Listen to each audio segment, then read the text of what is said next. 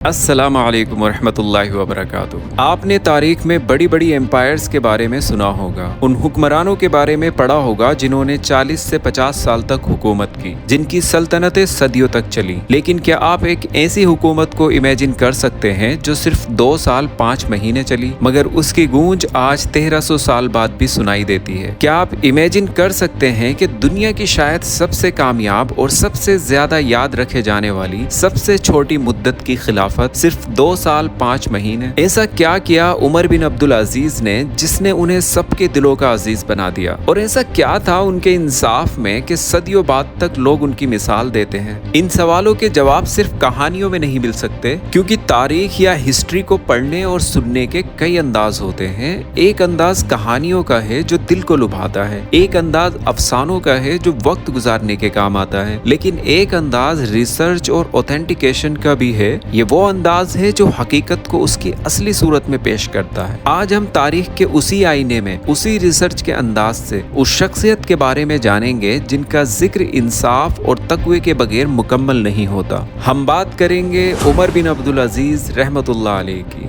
लेकिन आज हमारे डिस्कशन का दायरा बहुत साफ और क्लियर है। हम इधर उधर की रिवायतों को जमा नहीं करेंगे, हम सिर्फ और सिर्फ एक अजीम किताब की रोशनी में उनकी जिंदगी को समझेंगे। इमाम हाफिज इब्न कसीर रहमतुल्लाह अलैह की अल बिदाया व अल निहाया, यानी शुरुआत से अंजाम तक। क्योंकि इमाम इब्न कसीर सिर्फ एक हिस्टोरियन नहीं थे, वो एक अजीम मुहद्दिस भी थे। उनका काम सिर्फ वाक़ियात को जमा करना नहीं था, बल्कि उन्हें सनद की कसौटी पर परखना भी था। हम उनकी निगाह से देखेंगे कि 8वीं सदी हिजरी के ये अजीम आलिम अपने से 600 साल पहले गुजरे उस खलीफा के बारे में क्या लिखते हैं और किन रिवायतों को काबिले एतबार समझते हैं। ये स्टोरी उन लोगों के लिए भी है जो तारीख को उसकी असल रूह के साथ समझना चाहते हैं। तो आइए इस जर्नी का आगाज करते हैं और अल बिदाया व अल निहाया की रोशनी में उस दौर में सफर करते हैं जिसने इस्लाम की तारीख को हमेशा के लिए बदल दिया।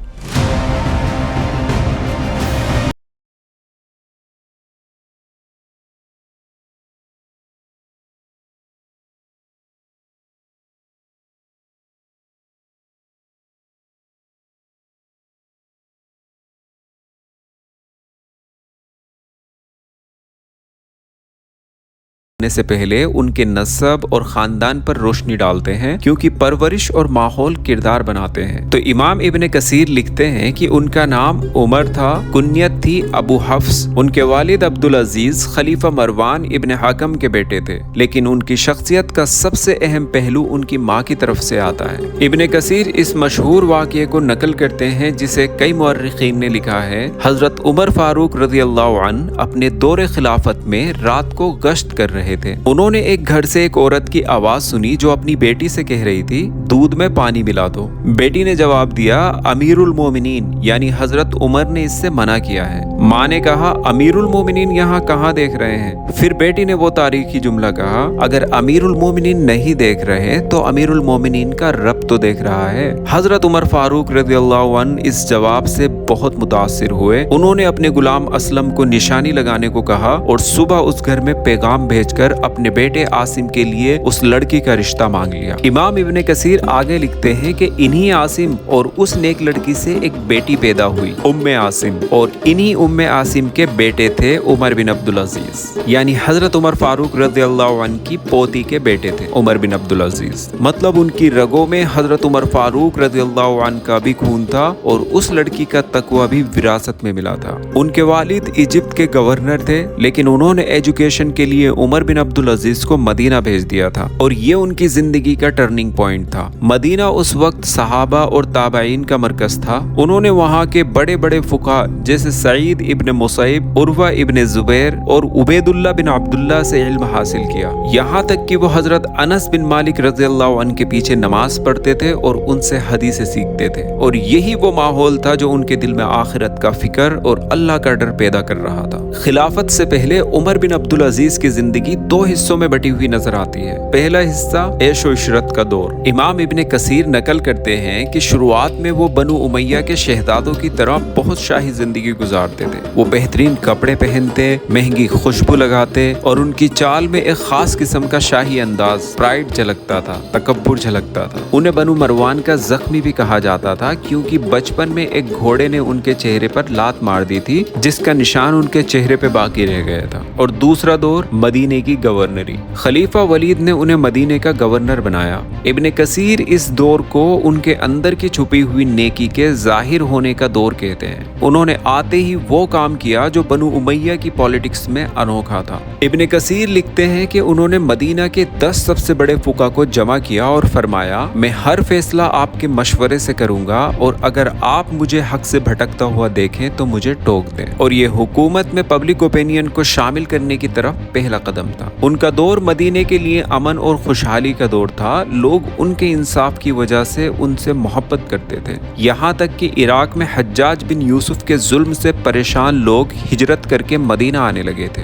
امام ابن کثیر لکھتے ہیں کہ حجاج کو یہ بات سخت ناگوار گزری۔ اس نے خلیفہ الولید کو لگاتار ان کے خلاف بھڑکایا۔ آخر کار خلیفہ نے ان کو مدینہ کی گورنری سے برخاست کر دیا، لیکن اس وقت تک ان کی نیک نامی پوری اسلامی دنیا میں پھیل چکی تھی۔ اب ہم اس واقعے کی طرف آتے ہیں جسے امام ابن کثیر نے بہت ہی تفصیل اور الگ الگ روایتوں کے ساتھ نقل کیا ہے۔ یہ اسلامی تاریخ کے سب سے حیرت انگیز واقعات میں سے ایک ہے۔ خلیفہ سلیمان بن عبد الملک اپنی زندگی کے آخری دنوں میں تھے۔ وہ دبک کے مقام پر تھے، یہ سیریا میں ایک جگہ تھی۔ ان کے مشہور ایڈوائزر رضا بن حیوہ تھے جو اپنے تقوی کے لیے مشہور تھے۔ سلیمان اپنے بعد اپنے کسی بیٹے کو خلیفہ بنانا چاہتے تھے لیکن وہ بہت چھوٹے تھے۔ امام ابن کثیر رضا بن حیوہ کی زبانی پورا منظر نقل کرتے ہیں۔ رضا کہتے ہیں، میں سلیمان کے پاس گیا جب وہ بیمار تھے۔ انہوں نے کہا، میں اپنے بیٹے کو خلیفہ بنانا چاہتا ہوں، تمہاری کیا رائے ہے؟ میں نے کہا، امیر المومنین، ایک خلیفہ کو سب سے زیادہ جو چیز قبر میں فائدہ دے گی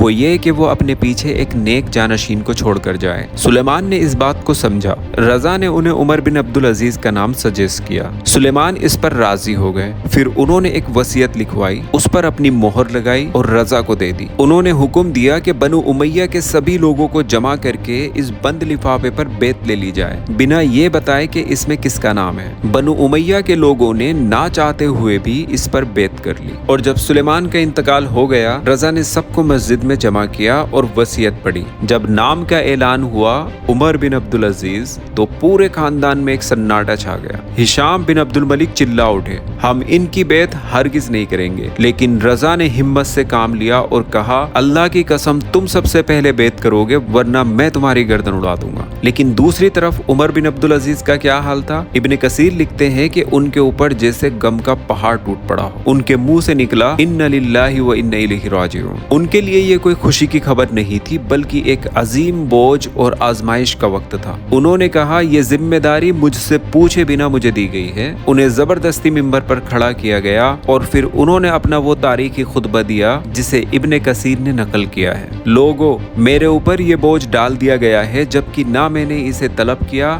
نہ آپ سے اس کے بارے میں مشورہ کیا۔ میں اپنی گردن سے یہ بیعت کا پٹا اتارتا ہوں، تم جسے چاہو اپنا امیر چن لو۔ یہ سننا تھا کہ پوری مسجد سے لوگوں نے چلا کر کہا، ہم نے آپ کو چنا، ہم آپ سے راضی ہیں۔ اس کے بعد انہوں نے فرمایا، لوگو اللہ کی اطاعت کرو، جب تک میں اللہ کی اطاعت کروں تم مجھ پر اطاعت کرو، لیکن اگر میں اللہ کی نافرمانی کروں تو تم پر میری کوئی اطاعت نہیں۔ خلافت ملتے ہی عمر نے وہ کام شروع کیا جنہوں نے بنو امیہ کی 60 سالہ بادشاہت کی بنیادوں کو ہلا کر رکھ دیا اور خلافت راشدہ کی یادوں کو تازہ کر دیا۔ امام ابن کثیر ان ریفارمز کو بہت تفصیل سے بیان کرتے ہیں۔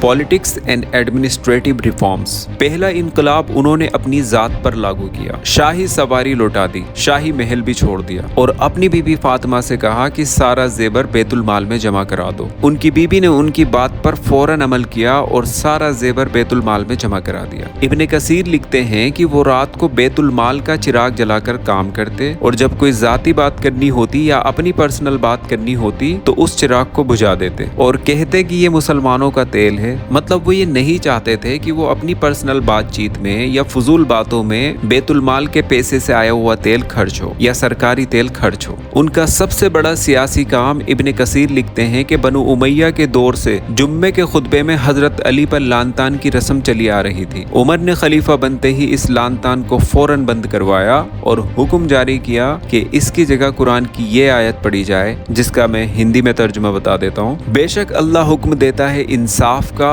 और अच्छे सलूक का और रिश्तेदारों के हुकूक अदा करने का, और मना करता है बेहयाई से, बुराई से और जुल्म से। वो तुम्हें नसीहत करता है ताकि तुम गौर करो। सूरह अन-नहल आयत 90। इस एक काम ने उम्मत के जख्मों पर जैसे मरहम रख दिया। उन्होंने ऐलान किया कि बनु उमैया के दौर में जिस किसी की भी जमीन या जायदाद जबरदस्ती ली गई है वो वापस की जाएगी। इसकी शुरुआत उन्होंने अपने खानदान से की। उन्होंने फदक का मशहूर बाग, जो उनकी पर्सनल प्रॉपर्टी थी, उसे बैतुल माल में जमा करा दिया। इस पर उनके खानदान ने बहुत हंगामा किया, लेकिन वो डटे रहे।